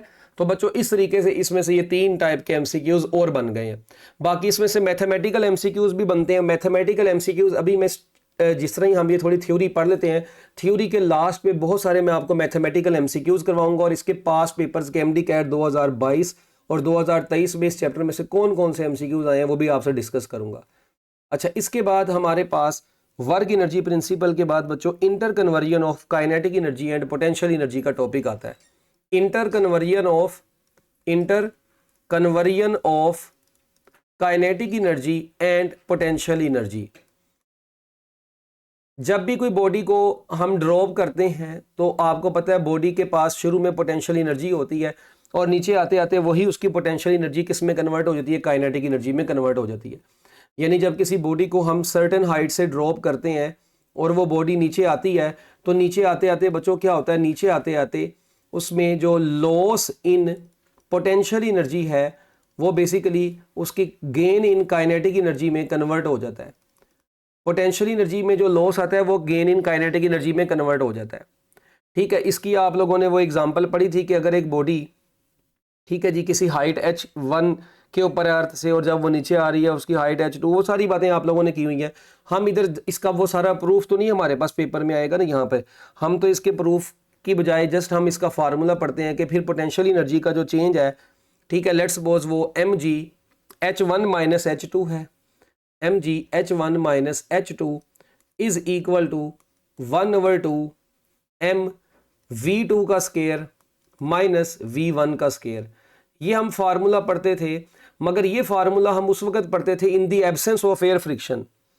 Loss in potential energy is equal to gain in kinetic energy in the absence of air friction, ठीक है। अच्छा, अब यहां से ये जो फार्मूला आपने पढ़ा, ये वाला फार्मूला बच्चों किसके लिए है, इन the absence of air friction. जब हम एयर की फ्रिक्शन को इग्नोर किए हुए हैं, एयर की रेजिस्टेंस की कोई बात नहीं हो रही यहाँ पे, तब loss in potential energy gain in kinetic energy के बराबर है। अच्छा, हम इसको सादा जुबान में अब देखें, यहाँ पर ये भी कहते होते हैं एक केसेस, यहाँ पर इसके अंदर से भी केसेस बन जाते हैं डिफरेंट। एक केस तो ये बनता है कि अगर बॉडी इनिशियली रेस्ट से स्टार्ट हो रही हो, यानी v1 0 हो, यानी बॉडी अपनी मोशन को रेस्ट से स्टार्ट करे, फ्रॉम रेस्ट पोजीशन से। बस ये मैंने रेस्ट लिख दिया है तो आप समझ जाए, ये रेस्ट पोजीशन से अगर स्टार्ट कर रहे हैं तो v1 0 होगा, ठीक है। तो अब देखें जब ये v1 0 हो जाएगा तो हमारे पास ये इक्वेशन रिड्यूस होकर क्या रह जाएगी, ये रह जाएगी mg h1 minus h2 is equal to 1/2 m v2 का स्केयर बचेगा बस। अब ये m से कट गया तो हम यहाँ से ये भी कह सकते हैं v2 is equal to under root 2g h1 minus h2। ये आपके पास एक फार्मूला बन गया। और इसको हम सादा जुबान में अगर यहाँ से v के साथ 2 और h1 और माइनस h2 को एक ही हाइट कंसीडर कर लें तो हम इसको more generally v is equal to under root 2gh भी बोल सकते हैं। v is equal to under root 2gh भी बोल सकते हैं। ये इसका एक फार्मूला बन गया हमारे पास। और यहां से ये जो हाइट है, ये जो h है, ये हाइट बच्चों है, ठीक है। तो ये v का अंडर रूट h के साथ क्या रिलेशन है? डायरेक्ट रिलेशन है। ये बेसिकली h वर्टिकल डिस्टेंस है। ये क्या होता है? वर्टिकल डिस्टेंस होता है। और याद रखिएगा ये जो स्पीड है, ये स्पीड के आगे कहीं पर मैस आ रहा है क्या? नो। तो याद रखिएगा अगर आपको क्वेश्चन के अंदर मैस उसने कंफ्यूज करने के लिए दिया हो तो आपने कंफ्यूज हो जाना है, ठीक है ना। Independent of mass of the body है, ये मैस ऑफ द बॉडी के ऊपर डिपेंड नहीं करती। जिस तरह escape velocity mass of the body के ऊपर डिपेंड नहीं करती थी, वैसे ये भी डिपेंड नहीं करेगी। तो ये एक इसके अंदर बच्चों कंडीशन थी। और अगर बॉडी इसी में अगर v1 0 ना होता तो फिर जाहिर बात है हम यहाँ पे फार्मूला के अंदर h1 माइनस h2 सारी वैल्यूज पुट करके कैलकुलेशन किया करेंगे। वो कोई MCQ आपके सामने आएगा तो अभी आपको बता दूंगा। अच्छा, ये तो बात होगी in the absence of air friction. अगर in the presence of air friction हो, in the presence of air friction, अगर हम एयर फ्रिक्शन की प्रेजेंस में बात करें, in the presence of air friction, तो अब की बार क्या होगा? अगर बॉडी डाउनवर्ड आ रही हो, मगर अब एयर फ्रिक्शन को हम इग्नोर नहीं कर रहे बल्कि एयर फ्रिक्शन की प्रेजेंस में अगर की बॉडी डाउनवर्ड आ रही है, तो इस केस में लॉस इन पोटेंशियल एनर्जी, इस केस में loss in potential energy is equal to gain in kinetic energy plus अब साथ ही work done against the friction, work done against friction भी इसके साथ ऐड हो जाएगा, ठीक है। चलिए अब मुझे बताएं पोटेंशियल एनर्जी का फार्मूला क्या आपने पढ़ा? जनरली अगर लिख लें mgh, ये क्या है? 1/2 mv²। और फ्रिक्शनल के जो वर्क है फोर्स ऑफ फ्रिक्शन का, उसको हम FH बोल देते हैं, ठीक है, या FH या FD बोल देते हैं। H पहले भी बोला हुआ है, चलिए D बोल देते हैं ताकि आप कंफ्यूज ना हो। FD बोल देते हैं, ठीक है, यानी फ्रिक्शन जितने डिस्टेंस के अलोंग लगी। तो ये आपकी बुक में एक न्यूमेरिकल भी है। यहाँ से अगर हमने फोर्स ऑफ फ्रिक्शन निकालनी हो या अगर हमने स्पीड निकालनी हो बॉडी की, तो देखें इन दी प्रेजेंस ऑफ फ्रिक्शन ये वाला फार्मूला है। तो देखें अगर मैं यहाँ पर क्या काम करता हूँ, मैं mgh minus FD is equal to half mv², ये तो लिख सकता हूँ। तो अगर ये 2 उधर चला जाएगा तो 2 times mgh minus force of friction into distance, जितने डिस्टेंस के अलोंग फ्रिक्शन एक्ट की, divided by m is equal to आ गया v²। तो जब दोनों साइडों के ऊपर अंडर रूट ले लूंगा तो यहाँ से फाइनली जो स्पीड आएगी वो किसके बराबर आएगी? वो बराबर आएगी 2 times mgh minus FD divided by m। अब ये कैलकुलेशन करते वक्त बच्चे यहाँ पे गलती क्या करते हैं? वो सबसे बड़ी गलती ये करते हैं कि 2 को mgh से बस मल्टीप्लाई करवा देते हैं। पहले आप इस ब्रैकेट को सोल्व करेंगे, जो आंसर आएगा उसको 2 से मल्टीप्लाई करवाएंगे, फिर उसको m से डिवाइड करवाएंगे और फिर आप अंडर रूट लेंगे। तो ये आपकी बुक में ना एक न्यूमेरिकल भी है, बल्कि कि अगर हमारे पास एक इनक्लाइंड सरफेस है, ठीक है, ये यहाँ पे अगर मैं आपको कहता हूँ जी हमारे पास ये एक इनक्लाइंड सरफेस है और इस इनक्लाइंड सरफेस से एक ऑटोमोबाइल, वो टॉप से ऊपर से एक ऑटोमोबाइल, ठीक है जी, ये एक गाड़ी है एक, ठीक है, ये ऐसे नीचे को आ रही है। तो अब ये जब नीचे को आ रही है तो इस गाड़ी का मैस आपको दे दिया जाए अगर, ठीक है, और ये आपको हाइट भी दे दी गई है कि ये जो सरफेस थी इसकी इनक्लाइंड सरफेस की हाइट कितनी है, वो हाइट भी आपको दे दी जाए अगर, और ये जिस डिस्टेंस को यहाँ से कवर करके आ रही है, ये यहाँ से इतने डिस्टेंस के अलोंग आ रही है, ठीक है, ये डिस्टेंस आपको D दे दिया जाए, और इस गाड़ी के टायर्स और रोड के दरमियान में जो फोर्स ऑफ फ्रिक्शन है वो F है, वो भी आपको दी जाए। तो बताएं जब ये बॉटम पर पहुंचेगी तो इसकी स्पीड क्या होगी?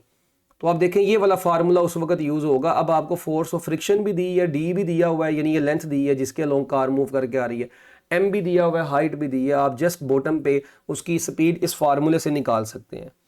तो ये आप लोगों ने याद रखनी है बात, ठीक है। अच्छा, अगर हम बॉडी को अपवर्ड डायरेक्शन में थ्रो कर दें बच्चों, इन दी प्रेजेंस ऑफ फ्रिक्शन अगर अपवर्ड डायरेक्शन में थ्रो करें, तो अपवर्ड डायरेक्शन के केस में क्या होगा ये याद रखिएगा। अगर बॉडी को अपवर्ड डायरेक्शन में फेंका जाए, ये तो हमने डाउनवर्ड, बुक में तो हमारे डाउनवर्ड लिखे हैं ना, अगर अपवर्ड डायरेक्शन में फेंका जाए in the presence of friction, in the presence of friction अगर बॉडी को अपवर्ड डायरेक्शन में थ्रो किया जाएगा, तो जब अपवर्ड फेंकते हैं तो अब की बार पोटेंशियल एनर्जी में इंक्रीज आता है। तो हम ये कहते हैं कि अब की बार लॉस इन काइनेटिक एनर्जी जो होगा, काइनेटिक एनर्जी में जो लॉस आएगा वो बराबर होगा gain in potential energy plus work done against the friction, plus work done against the friction, वो मतलब ऐड होगा ही होगा। और अगर in the absence of friction की बात करेंगे, इन दी एब्सेंस ऑफ, अगर फ्रिक्शन प्रेजेंट नहीं है और आप बॉडी को अपवर्ड डायरेक्शन में फेंक रहे हैं, तो अब की बार बस loss in potential energy, loss in kinetic energy, वो क्योंकि काइनेटिक एनर्जी में अब ऊपर जाती है तो लॉस्ट आएगा, वो गेन इन पोटेंशियल एनर्जी में कन्वर्ट होती जाएगी। तो अब की बार फार्मूला जो है वो ये बन जाएगा। तो ये अपवर्ड के केस हैं, ये रेयर केस है, ये कोई इतना खास नहीं है, मतलब ये पेपर में कोई इतना ज़्यादा आता नहीं है। लें जी, ये तो आपके पास बातें होगी सारी की सारी इसकी थ्योरी की। अब इस चैप्टर के एमडी कैट के पास पेपर्स में जो एमसीक्यूज आए हैं वो कौन कौन से हैं, और वैसे भी इसमें से कुछ जनरल एमसीक्यूज आपसे पूछे जाएंगे अभी। तो ज़रा आप लोगों ने इसके क्वेश्चंस को वीडियो स्टॉप कर करके क्वेश्चंस को खुद से सोल्व करना है। जब आपसे क्वेश्चन पूछ लिया जाएगा उसके बाद वीडियो को आगे करें ताकि आपको पता चले कि आपको कितना आता है और कितना नहीं आता। ठीक है, तो लें जी, अब हम स्टार्ट करते हैं। पहले तो एक सिंपल से सवाल से, बहुत सिंपल सा सवाल है, कोई इतना ज़्यादा औखा सवाल नहीं है। A bullet fired into a target loses half its velocity after penetrating 25 centimeter. How much further will it penetrate before coming to rest? वो कह रहा है कि एक बुलेट है, उसको फायर किया गया एक टारगेट के ऊपर। यहाँ पर हम एक कहते हैं जी, ये हमारे पास सपोज करें ये एक टारगेट है, ठीक है। इस टारगेट के ऊपर हमने एक बुलेट को फायर किया, ये बुलेट यहाँ से आई, ठीक है। बुलेट यहां से बच्चों आई है और ये बुलेट इस वक्त आकर क्या काम करती है, जैसे ही इसके अंदर से गुजरती है, ये टारगेट जो है, ये टारगेट में उसने 25 सेंटीमीटर पेनिट्रेशन प्रोड्यूस की है, ठीक है। कहता है बताएं वो रेस्ट पर आने से पहले मजीद कितनी पेनिट्रेशन और करेगी, ठीक है। और इतनी पेनिट्रेशन के दौरान 25 सेंटीमीटर की पेनिट्रेशन के दौरान उसने अपनी हाफ वेलोसिटी लूज की है। यानी ये बुलेट जो है, ये बुलेट जब आके इस टारगेट से टकराई तो टारगेट के अंदर 25 सेंटीमीटर तक उसने हाफ वेलोसिटी लॉस की, ठीक है। हाफ वेलोसिटी वो लॉस करती है। तो कहता है बताएं रेस्ट पर आने से पहले वो कितनी पेनिट्रेशन करेगी, कितना डिस्टेंस यानी वो मजीद और ट्रेवल करेगी बुलेट इसमें रेस्ट पर आने से पहले, ठीक है जी। डिस्टेंस फाइंड करें, ठीक है जी, बिफोर कमिंग टू रेस्ट, जब उसने रेस्ट पे आना है उससे पहले पहले तक का। लें जी, क्वेश्चन अब आपको समझ आ गया होगा। अब इस क्वेश्चन को तसल्ली से पहले खुद से सॉल्व करें, दिमाग लड़ाएं। दोबारा सुन लें। A bullet fired into a target loses half its velocity, ठीक है जी, आफ्टर पेनिट्रेटिंग 25 सेंटीमीटर। इसके अंदर आई है, ये टारगेट का हमें नहीं पता कितना का, ये कितना मोटा ये, हाँ 25 सेंटीमीटर तक उसने हाफ वेलोसिटी लूज की। कहते हैं अगर वो रेस्ट पर आए, इसी टारगेट के अंदर अंदर ही उसने रेस्ट पे आना है, तो उसको कितना डिस्टेंस ट्रेवल करना पड़ेगा। ले जी, इसको पॉज करें और देखें इसको।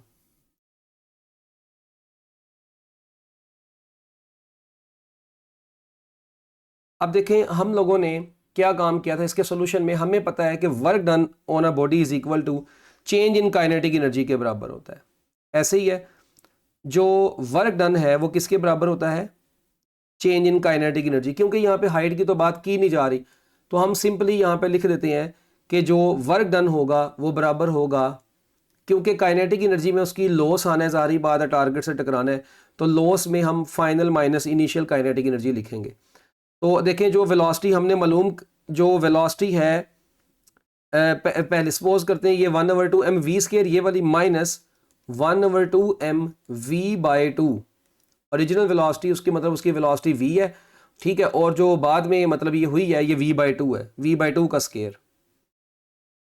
अब ये यहां पर हमने ये वाला फार्मूला पुट किया सबसे पहले।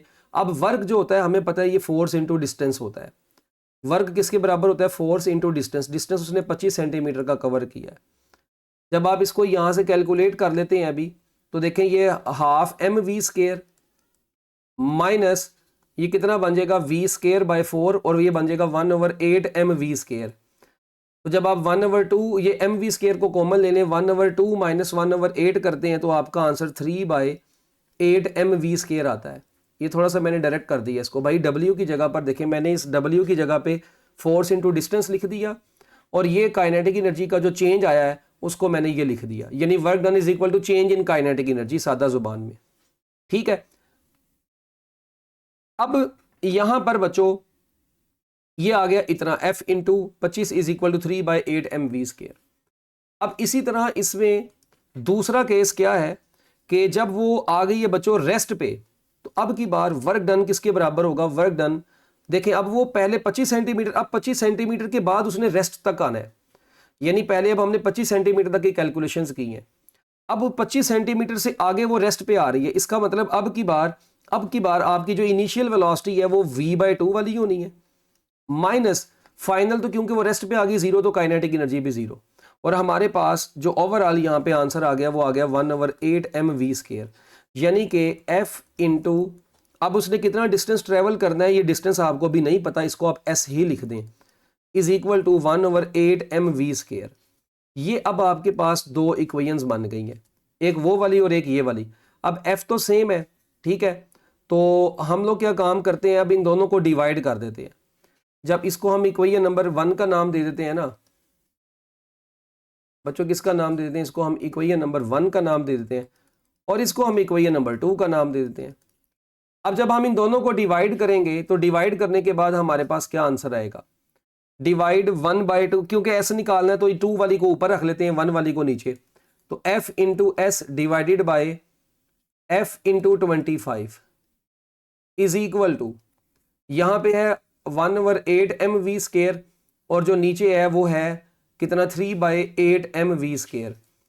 अब देखें यहां पर ये क्या होगा भला, F से कट गया, ये 5 इससे कटेगा, सॉरी ये 5 नहीं था ये S था, ठीक है, तो ये हमारे पास S divided by 25 is equal to M V square से कट गया 1/8 इंटू 8/3, तो 8 से कट गया 1/3 बच गया आपके पास, तो यहां से 3S इज इक्वल टू 25 आया, तो S इज इक्वल टू 25/3, तो 25/3 जो होता है वो 8.3 के बराबर आता है तकरीबन, तो हमारे पास 8.3 सेंटीमीटर, यानी वो मजीद 8.3 सेंटीमीटर कवर करेगी तो वो रेस्ट पे आएगी। इसमें अभी भी कई बच्चे ना डाउट पे होंगे, वो यहाँ पे डाउट है कि ये V पहले आया v/2 बाद में आया। भाई मेरी बात सुने, आपने चेंज इन काइनेटिक एनर्जी निकालनी है, बेशक W is equal to change in kinetic energy, मगर हम बड़ी काइनेटिक एनर्जी माइनस छोटी काइनेटिक एनर्जी पुट करते हैं। अगर देखें मैं यहाँ पे v/2 पुट कर दूंगा तो वो तो हमारा वर्क नेगेटिव आ जाएगा, change in kinetic energy negative में आ जाएगी, ठीक है, तो वो बेसिकली काइनेटिक एनर्जी का चेंज नेगेटिव में भी आएगा, तो हमें ये पता चलेगा कि यहाँ पे बॉडी बेसिकली फ्रिक्शनल फोर्स, सारी बात है ये टारगेट इसके रास्ते में फ्रिक्शन ही है, तो ये टारगेट उसको रोक रहा है, ठीक है, ये टारगेट उसको बेसिकली रोक रहा है, तो वो फ्रिक्शन वाला वर्क जो होता है वो आपको पता है नेगेटिव में ही होता है, तो इसमें आपने नेगेटिव की टेंशन नहीं लेनी, बड़ी वाली माइनस छोटी वाली करनी है ताकि हम आंसर में नेगेटिव से बच सकें, क्योंकि हमारी ऑप्शन में कहीं पर नेगेटिव का साइन भी इस्तेमाल नहीं है, तो इसलिए आपने इस चीज़ की टेंशन नहीं लेनी। अच्छा, अब एक और क्वेश्चन यहाँ पे एक और टाइप का क्वेश्चन बनता है, क्वेश्चन बड़ा ज़बरदस्त है, ज़रा गौर से सुनना। क्वेश्चन ये है कि एक हमारे पास एक पार्टिकल है जिसका मैस m है और वो रेस्ट पे है, एक पार्टिकल जिसका मैस m है और ये बच्चों रेस्ट की हालत में है, हमने इसके ऊपर एक फोर्स अप्लाई कर दी F और एक पर्टिकुलर टाइम t के लिए ये फोर्स अप्लाई की, ठीक है, तो अब जब हमने इसके ऊपर ये फोर्स अप्लाई की है F एक पर्टिकुलर टाइम के लिए, तो बताएं इस टाइम के बाद इसकी काइनेटिक एनर्जी कितनी होगी, बस ये सवाल है। अब मैं स्टेटमेंट बोल देता हूँ जिस बच्चे ने लिखनी होगी, क्योंकि वीडियो रिकॉर्डेड है, आप इजीली इसको बैक करके सुन भी सकते हैं और लिख भी सकते हैं। A particle of mass m at rest is acted upon bye a force F for a time t, it's kinetic energy after an interval t is, option अगर मैं आप लोगों के सामने लिख देता हूँ, चलिए ऑप्शन लिख देता हूँ क्योंकि इसको फिर आप खुद से सोल्व करेंगे तो आपके लिए आसानी होगी। F square t square divided by 2m, फिर बीटा ऑप्शन है F square t square divided by m, फिर जो चार्ली ऑप्शन आपके सामने है ये है F square t square divided by 3m, और जो डेल्टा ऑप्शन है ये है F t divided by m। ये अब आपके पास काइनेटिक एनर्जी आपने निकालनी है। अब आप इसको वीडियो को स्टॉप करें और इसको गौर से देखें और अपना आंसर निकालें और उसके बाद देखिएगा कि आपका आंसर सही है या गलत है। अब इसके आंसर के लिए सोल्यूशन इसका आप देख लेते हैं, ठीक है। अगर तो आपने इसको सोल्व कर लिया तो बहुत अच्छी बात है। काइनेटिक एनर्जी में देखें, सबसे पहले तो हमें पता है कि काइनेटिक एनर्जी के फार्मूले में 1/2 mv² आता है। क्या आता है? 1/2 mv²। अब वहां पर देखें जो v है वो हम यहां पर कैसे निकालें? ऑप्शन में तो कहीं पर है नहीं और m आप देखें नीचे है। क्या करें यहां पर? देखें, क्या हमें काइनेटिक एनर्जी का एक फार्मूला ये पता है? काइनेटिक एनर्जी का फार्मूला p²/2m होता है। और अब हमें यह भी पता है कि time rate of change of momentum is equal to force होता है। तो फिर मोमेंटम किसके बराबर होगा? मोमेंटम बराबर होगा फोर्स इंटू टाइम, उसका स्क्वायर डिवाइडेड बाय 2m। तो हमारे पास ये बन गया f² t² divided by 2m। कई जगहों पे इसके बड़े ना अजीबोगरीब लंबे लंबे सोल्यूशन दिए हुए हैं, हमें इसके कोई लंबे सोल्यूशन में जाने की जरूरत नहीं थी। हमने time rate of change of momentum is equal to force वाली इक्वेशन के मुताबिक ही बस p की जगह पे ft पुट किया, उसका स्क्वायर लिया, तो हमारे पास f² t² divided by 2m। तो हमारा ऑप्शन जो बन गया वो अल्फा ऑप्शन करेक्ट बन गया। अच्छा, अगर बच्चों ऐसा हो, देखें ज़रा गौर से, अब सुनना। एक और क्वेश्चन है वर्क डन के हवाले से। अगर आप एक बॉडी के ऊपर फोर्स लगा रहे हैं, ठीक है जी, ये फोर्स आपने इस बॉडी के ऊपर लगाई, ये वर्टिकल के साथ आपको इसका एंगल दे दिया। मैं कहता हूँ ये 60 डिग्री वर्टिकल के साथ ये फोर्स लग रही है और इसकी वजह से बॉडी का जो डिस्प्लेसमेंट है वो ये आगे कोई कवर कर रही है। लेट्स सपोज मैं कहता हूँ 10 न्यूटन की फोर्स है और ये मैग्नीट्यूड, उसकी फोर्स की मैग्नीट्यूड, और ये डिस्टेंस भी 10 मीटर है। तो बताएं जो वर्क डन होगा वो कितना होगा? अब की बार देखें, अगर तो क्वेश्चन में हमारे पास, अगर क्वेश्चन में ये देखें ये थीटा वर्टिकल से बना है, तो ये वाला एंगल सारी बात है 90 - 60 होगा, 30 डिग्री होगा। तो W is equal to F D cos 30 degree यहाँ पे पुट करेंगे, दिया गया 60 डिग्री पुट नहीं करेंगे। अब F 10 है, D भी 10 है और कोस 30 डिग्री जो होता है √3/2 होता है। तो ये 20 डिवाइडेड बाय 2 करेंगे तो ये 10√3 जूल आपके इस MCQ का आंसर बन गया। तो अब आप देखें, इसमें सबसे इंपॉर्टेंट चीज़ ये थी 30 डिग्री वाले एंगल वाली। हमने इस तरह के पहले भी बहुत सारे क्वेश्चंस किए हैं, तो मेरा ख्याल है इसमें कोई ऐसी चीज़ नहीं थी जो आपको समझ ना आए, ठीक है। एक और MCQ यहाँ पर थोड़ा सा इंटरेस्टिंग MCQ है, कैलकुलेशन वाला। देखिए बहुत छोटी सी स्टेटमेंट वाला है। कहता है एक बॉडी ऑफ मैस 5 किलोग्राम, एक बॉडी है जिसका मैस कितना है? 5 किलोग्राम है, ठीक है। और उसका जो मोमेंटम है वो 10 किलोग्राम मीटर पर सेकंड उसका मोमेंटम है। कहते हैं हमने उसके ऊपर 0.2 न्यूटन की फोर्स अप्लाई की है, कितने टाइम के लिए? 10 सेकंड के लिए। 10 सेकंड के लिए 0.2 न्यूटन की फोर्स उसके ऊपर अप्लाई की, बताएं उसकी काइनेटिक एनर्जी की वैल्यू कितनी होगी? अब उसने आपसे उसकी काइनेटिक एनर्जी की वैल्यू पूछ ली है। ऑप्शन आपको वो देता है 4.4 जूल, ठीक है। बीटा ऑप्शन वो आपको देता है 3.3 जूल। फिर चार्ली ऑप्शन आपको वो देता है जी 5.5 जूल और एक डेल्टा ऑप्शन आपको दी गई है 1.1 जूल। दोबारा स्टेटमेंट मैं अंग्रेजी में बोलने लगा हूँ, गौर से सुने, जिसने लिखनी है वो लिख ले। A body of mass 5 kilogram has momentum of 10 kilogram meter per second. When a force of 0.2 Newton is applied on it for 10 seconds, the change in its kinetic energy, आपसे change in its kinetic energy पूछा गया है। अगर आप लोगों ने इसकी calculation कर ली है, नहीं की तो इसको करें ज़ुबानी लाजमी। देखें, हमें पता है चेंज इन काइनेटिक एनर्जी का फार्मूला होगा final kinetic energy minus initial kinetic energy. अच्छा, अब फाइनल काइनेटिक एनर्जी होएगी 1/2 mv²f और इनिशियल काइनेटिक एनर्जी है 1/2 mv²i। तो मैं यहाँ पर सिंपली ये कह देता हूँ कि जो चेंज इन काइनेटिक एनर्जी है वो बराबर आएगी 1/2m अपनी जगह पर, और उसके बाद फाइनल वेलोसिटी का स्क्वायर माइनस इनिशियल वेलोसिटी का स्क्वायर। ये हमारे पास आ गया। अब यहाँ पर फाइनल वेलोसिटी क्या लेंगे हम और इनिशियल वेलोसिटी क्या आएगी? जो फाइनल वेलोसिटी है बच्चों वो हम निकाल लेते हैं मोमेंटम के फार्मूले से। क्या हमें मोमेंटम का फार्मूला P = mv होता है? तो फाइनल वेलोसिटी जो होगी वो फाइनल मोमेंटम ओवर मैस होगा। इसी तरह जो इनिशियल वेलोसिटी होगी वो initial momentum divided by mass हो जाएगा। अब मैं फार्मूले में पुट करने की बजाय इनको अलग से निकाल लेता हूँ, फिर इधर पुट करूंगा तो मेरे पास आंसर आ जाएगा।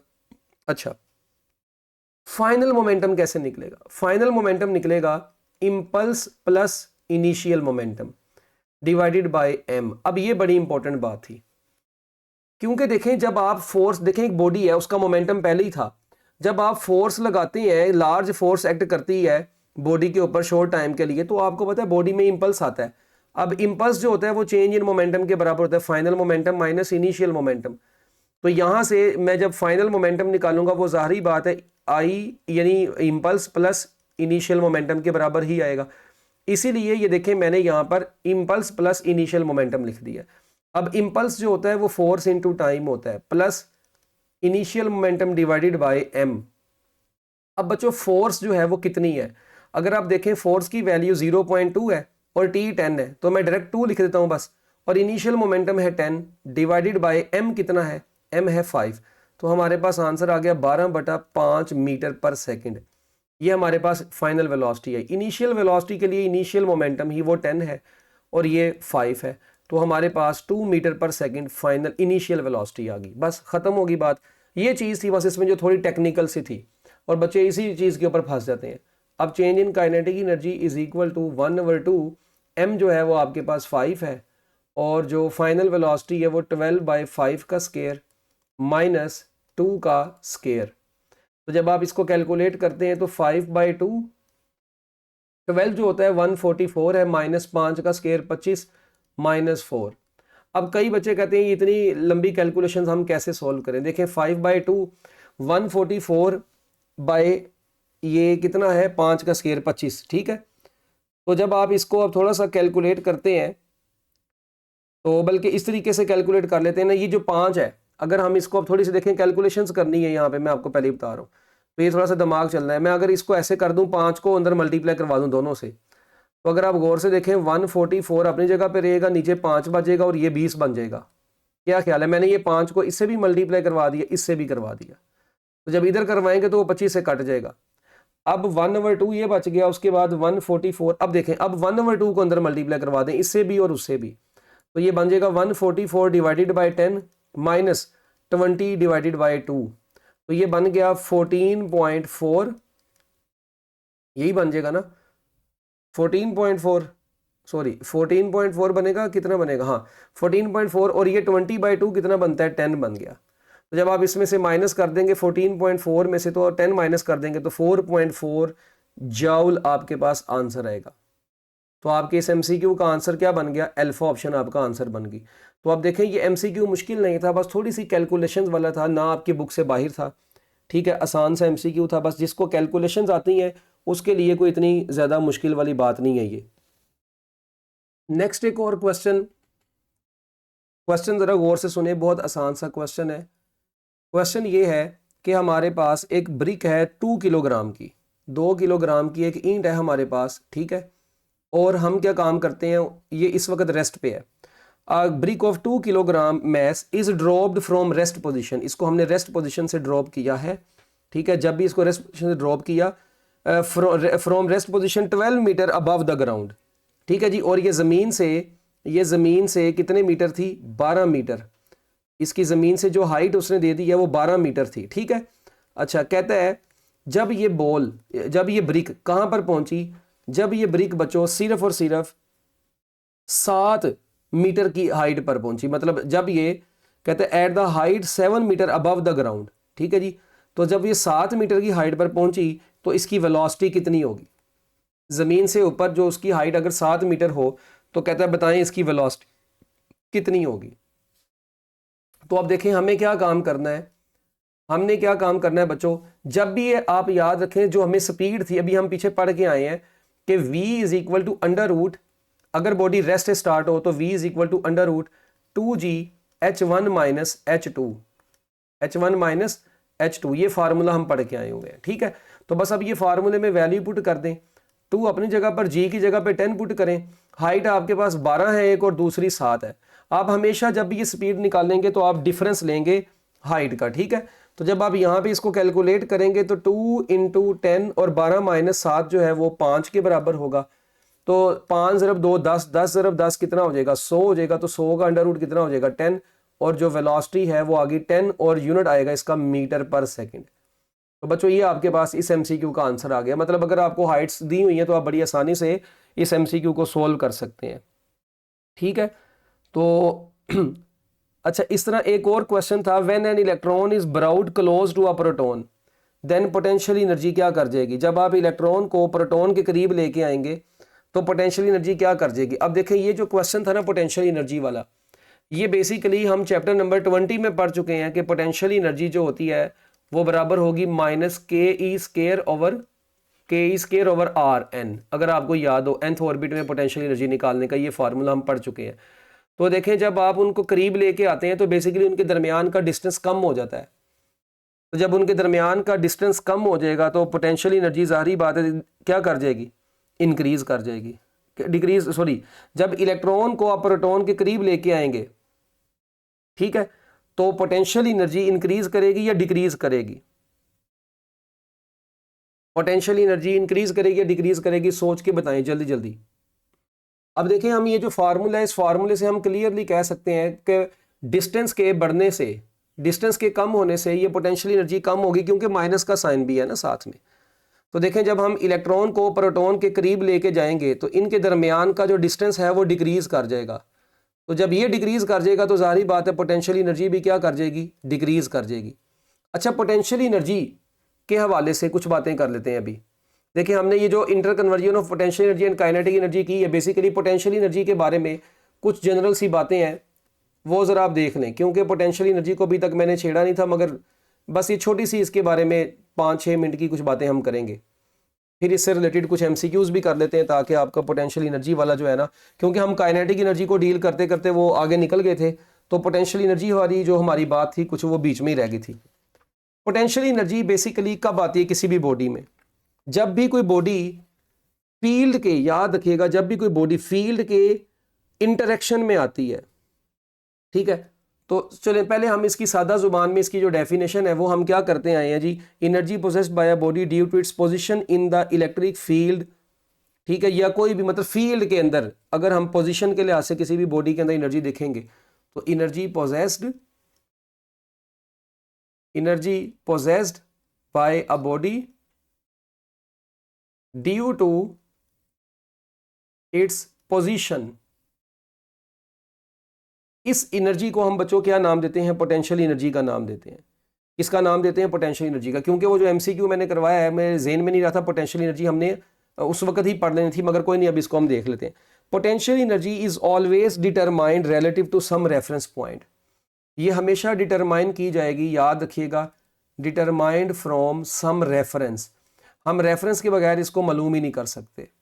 ठीक है, पोटेंशियल एनर्जी हमेशा, क्योंकि रेफरेंस किसी भी चीज़ का हमेशा किसी पोटेंशियल किसी भी चीज़ का किसी रेफरेंस के लिहाज से देखेंगे ना, तो रेफरेंस पॉइंट के लिहाज से देखा जाएगा। और याद रखिएगा at reference point potential energy is always taken at 0, क्योंकि रेफरेंस पॉइंट वो पॉइंट होता है बच्चों जहां पर कोई चीज़ 0 होगी तो उससे आगे फिर हम स्टार्ट करेंगे ना, तो at reference point potential energy is consider to be 0। हाँ, उस रेफरेंस पॉइंट से फिर हम पोटेंशियल एनर्जी को देखते जाएंगे और उसकी वैल्यू 0 नहीं आएगी, फिर कोई पर्टिकुलर वैल्यू आएगी। तो reference point can be chosen anywhere, मगर इसके ऊपर पोटेंशियल एनर्जी क्या होगी, हम इसको 0 ही लेंगे। उसके बाद पोटेंशियल एनर्जी के बारे में 2 बातें और हैं। Potential energy due to force of attraction, जब भी अट्रैक्शन होगी ना तो अट्रैक्शन के दौरान जो पोटेंशियल एनर्जी होगी वो क्या करेगी, फोर्स, तो potential energy due to force of attraction, potential energy due to force of attraction is always negative, is always negative। Potential energy due to, क्योंकि देखें फोर्स ऑफ अट्रैक्शन कब होगी, अट्रैक्शन उस वक्त जब अट्रैक्शन होगी दो चीजों के दरमियान में डिस्टेंस क्या हो जाएगा, कम हो जाएगा, ऐसे ही है। और देखें अट्रैक्शन से पोटेंशियल किसी भी चीज के अंदर उस वक्त आता है जब कोई बॉडी ना किसी फील्ड के अगेंस्ट जाए, तो अट्रैक्शन में तो वो अगेंस्ट नहीं जा रही, करीब आ रही है, तो potential energy due to force of attraction is always taken as negative. उसके बाद एक और बात, potential energy due to force of repulsion is always positive, due to force of repulsion. अब अट्रैक्शन या रिपल्शन आमतौर पे तो हम चार्जेस के दरमियान में ही बात करते हैं ना, रिपल्शन, तो due to force of repulsion is always positive.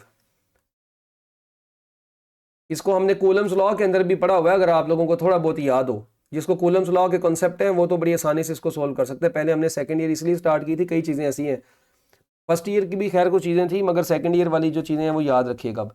अच्छा, पोटेंशियल एनर्जी में बेसिकली होता क्या है, देखिए अभी ऊपर मैंने बताया था कि जब अट्रैक्शन होगी डिस्टेंस डिक्रीज करेगा, पोटेंशियल एनर्जी डिक्रीज करेगी, और रिपल्शन होगी डिस्टेंस इंक्रीज करेगा और पोटेंशियल एनर्जी क्या होगी, वो इंक्रीज करेगी, तो चेंज इन पोटेंशियल एनर्जी जारी बात है पॉजिटिव ही होगा। तो खैर ये आप लोगों ने लाइनें याद कर लेनी। अच्छा, अगर हम बच्चों अर्थ को रेफरेंस पॉइंट लें तो पोटेंशियल एनर्जी का जो फार्मूला है, पोटेंशियल एनर्जी का ये जो फार्मूला हम पढ़ते हैं mgh, ये फार्मूला पोटेंशियल एनर्जी का उस वक्त यूज होता है if surface of the earth is taken as reference point with respect to earth, हम इसको पोटेंशियल एनर्जी के इस फार्मूले को पढ़ते हैं। और अगर मैं बात करूं on the surface of earth potential energy क्या होगी, तो ऑन द सरफेस ऑफ अर्थ अगर बॉडी पड़ी होगी तो h जीरो होगा, तो पोटेंशियल एनर्जी उस बॉडी की क्या होती है, जीरो होती है। इसलिए हम जीरो अर्थ को भी एक रेफरेंस पॉइंट कंसीडर कर लेते होते हैं। मगर अगर रेफरेंस पॉइंट इन्फिनिटी पर हो, ठीक है जी, तो पोटेंशियल एनर्जी का फिर ये वाला फार्मूला नहीं लगेगा, तो पोटेंशियल एनर्जी का फिर ये फार्मूला लगेगा माइनस जी कैपिटल एम, ठीक है जी, small M divided by R. और ये उस वक्त यूज होगा if reference is taken at, reference is at infinity. अगर बच्चों रेफरेंस पॉइंट इंफिनिटी पर हो, ठीक है, जहां पे फोर्स ऑफ ग्रेविटी जीरो होती है, तो इस पोटेंशियल एनर्जी को हम नाम देते हैं एब्सोल्यूट पोटेंशियल एनर्जी का, इसका नाम देते हैं एब्सोल्यूट पोटेंशियल एनर्जी का, और इसको हम यू से रिप्रेजेंट करते हैं। और इसमें जो नेगेटिव का साइन होता है ये किसको शो करता है, नेगेटिव का साइन इसमें याद रखिएगा अट्रैक्शन को शो करता है। नेगेटिव का साइन किसको शो करता है बच्चों, अट्रैक्शन को शो करता है। तो ये एब्सोल्यूट पोटेंशियल एनर्जी का ये फार्मूला है जो कि आपने जुबानी याद रखना है। पोटेंशियल एनर्जी की वैल्यू में याद रखिएगा क्योंकि नेगेटिव का साइन आता है, तो पोटेंशियल एनर्जी जितनी ज़्यादा नेगेटिव होती है ये बेसिकली उतनी ज़्यादा लो वैल्यू की होती है। तो इसी तरह बच्चों फिर अब आपने बाकी भी पोटेंशियल एनर्जीज वो पढ़ी थी, अगर आपको पता हो स्प्रिंग के केस में 1/2 kx² होती है, ठीक है। इसी तरह चार्जेस के दरमियान में जो पोटेंशियल एनर्जी होती है Q1 Q2/r होती है, हमने चैप्टर नंबर 12 में पढ़ा था। कैपेसिटर में 1/2 CV² होती है, इंडक्टर में 1/2 Li² होती है, स्प्रिंग में इलास्टिक पोटेंशियल एनर्जी होती है। तो ये वो बातें थी जो हमने पहले ऑलरेडी पढ़ी हुई है, ठीक है। अच्छा, इसके बाद पोटेंशियल एनर्जी जो है, ये जो फार्मूला है ना, फार्मूला एब्सोल्यूट पोटेंशियल एनर्जी का बच्चों, ये फार्मूले में minus G capital M small M divided by R plus H होता है। बेसिकली ये एच जो है सर्टेन हाइट है, ये ठीक है जी, ये क्या है बच्चों, सर्टेन हाइट के ऊपर, मतलब अगर आप कह रहे हैं कि कोई बॉडी ज़मीन, कोई भी एक बॉडी है, ठीक है जी, वो ज़मीन से किसी पर्टिकुलर हाइट के ऊपर और आप उसकी एब्सोल्यूट पोटेंशियल एनर्जी निकालना चाहते हैं, तो आप ये वाला फार्मूला यूज़ करेंगे, अबव सरफेस ऑफ अर्थ। ये फार्मूला यूज़ होता है बच्चों अबव द अर्थ सरफेस। और अगर ऑन द सरफेस ऑफ अर्थ की बात करें तो ऑन द सरफेस ऑफ अर्थ क्योंकि h ज़ीरो होता है, तो यही फार्मूला h ज़ीरो होने की वजह से ये फार्मूला, और इसके हम यू जी लगा देते हैं। तो on the surface of earth absolute potential energy is not zero, बल्कि absolute potential energy minus G M m over capital R होती है, ठीक है। Absolute potential energy at the centre of earth क्या होती है, याद रखिएगा, बड़ा मशहूर एमसीक्यू है, absolute potential energy at centre of earth, absolute potential energy at centre of earth is zero. Absolute potential energy बच्चों जो जमीन का सेंटर है वहां पर जीरो होती है, और इसी तरह ये जीरो होती है एट इंफिनिटी। अब ये जो फार्मूला आपने एब्सोल्यूट पोटेंशियल एनर्जी का पढ़ा है, ये H, अगर मैं आपसे कहता हूं जी कि अगर एक बॉडी, क्वेश्चन यहाँ पे बड़ा सिंपल सा है कि अगर एक बॉडी ज़मीन से इस डिस्टेंस के ऊपर है, r/3 डिस्टेंस के ऊपर है, तो बताएं उसकी अब एब्सोल्यूट पोटेंशियल एनर्जी अब कितनी होगी। ऐसे क्वेश्चन को सोल्व करने के लिए देखें, हम सबसे पहले तो ये जनरल फार्मूला यूज़ करते हैं माइनस जी, ये वाला फार्मूला r प्लस अच्छा h। अब देखें जब आप क्या काम करते हैं, इस h को चेंज करते हैं, इस h को आपने क्या करना है, चेंज करना है, तो इस u में भी तो चेंज आना है। तो चलें देखें फिर ज़रा ये क्या बन जाएगा, u prime minus G capital M small M divided by R plus h की जगह पे आपने r/3 पुट कर दिया। जब आपने h की जगह पे r/3 पुट किया, minus G capital M small M divided by, तो ये कितना बन जाएगा, ये बन जाएगा 3r plus r divided by 3, तो minus G capital M small M divided by 4r by, ये क्या बन जाएगा 4r/3 बन जाएगा। जब ये 4r/3 बन गया तो इसको हम ये भी लिख सकते हैं -3/4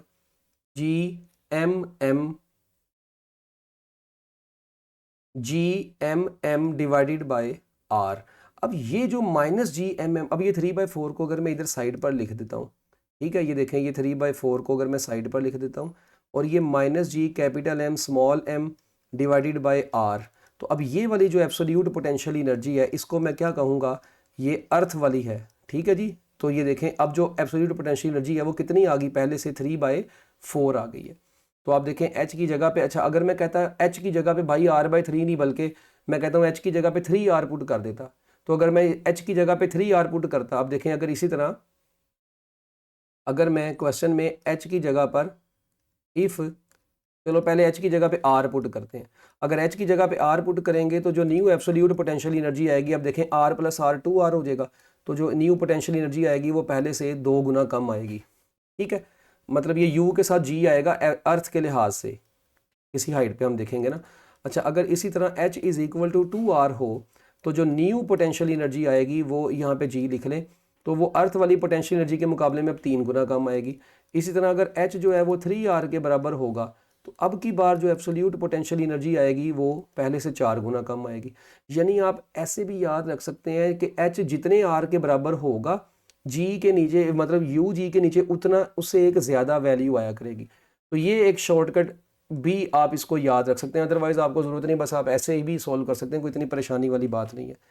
तो ये पोटेंशियल एनर्जी के बारे में कुछ बातें बच्चों रह गई थी जो कि मैंने कहा चलें अब डिस्कस कर लेते हैं। अच्छा अब इसके अलावा MD कैट के पास पेपर्स के MCQs, ये पोटेंशियल एनर्जी को मुझे ऊपर डिस्कस करना चाहिए था बट ये मेरे जहन से स्किप हो गई थी, इसलिए मैं इसको यहाँ पर दोबारा से डिस्कस किया है। ये MCQs मैंने अब यहाँ पर लिख दिए हैं, पहले ही मैंने कहा इतना टाइम ज़ाया होगा आपका भी। ये MCQs आप देख लें और इनको ज़ुबानी पहले खुद से सॉल्व करें, हर MCQ को पहले खुद से आप सॉल्व करेंगे, फिर आप वीडियो देखेंगे, फिर आपको फ़ायदा होगा।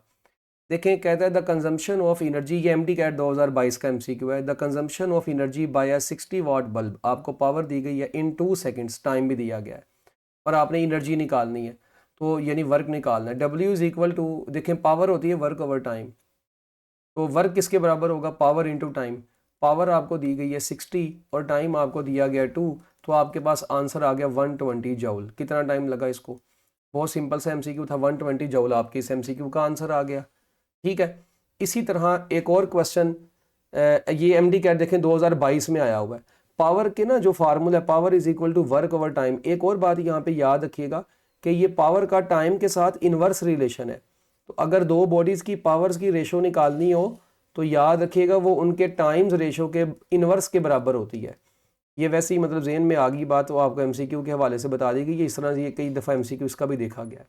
खैर इसके बाद नेक्स्ट MD कैट 2022 का एक और MCQ कहता है a long spring when stretched by a distance x has potential energy v। अच्छा उसने एनर्जी को v का नाम दे दिया है। अच्छा कहते हैं अगर आप उसको स्ट्रेच करके उसके डिस्टेंस को nx कर देंगे तो पोटेंशियल एनर्जी के ऊपर क्या फ़र्क पड़ेगा। स्प्रिंग के अंदर जो पोटेंशियल एनर्जी होती है मैंने आपको बताया था उसका फार्मूला 1/2 होता है। यहाँ से क्लियरली नज़र आ रहा है कि पोटेंशियल एनर्जी का x के स्केयर के साथ डायरेक्ट रिलेशन है। जब आप इसको nx गुना कर देंगे तो आपका आंसर n² बनेगा। यानी कि अब देखें अगर मैं कहता हूँ कि हमारे पास डिस्टेंस x के ऊपर पोटेंशियल एनर्जी v थी, तो जब आप डिस्टेंस को अब क्या कर देंगे nx कर देंगे तो ज़ाहिरी बात है फिर क्या होगा, यानी जब आप बेसिकली nx कर रहे हैं तो बेसिकली n² कर रहे हैं तो पोटेंशियल एनर्जी भी n² v गुना बढ़ जाएगी।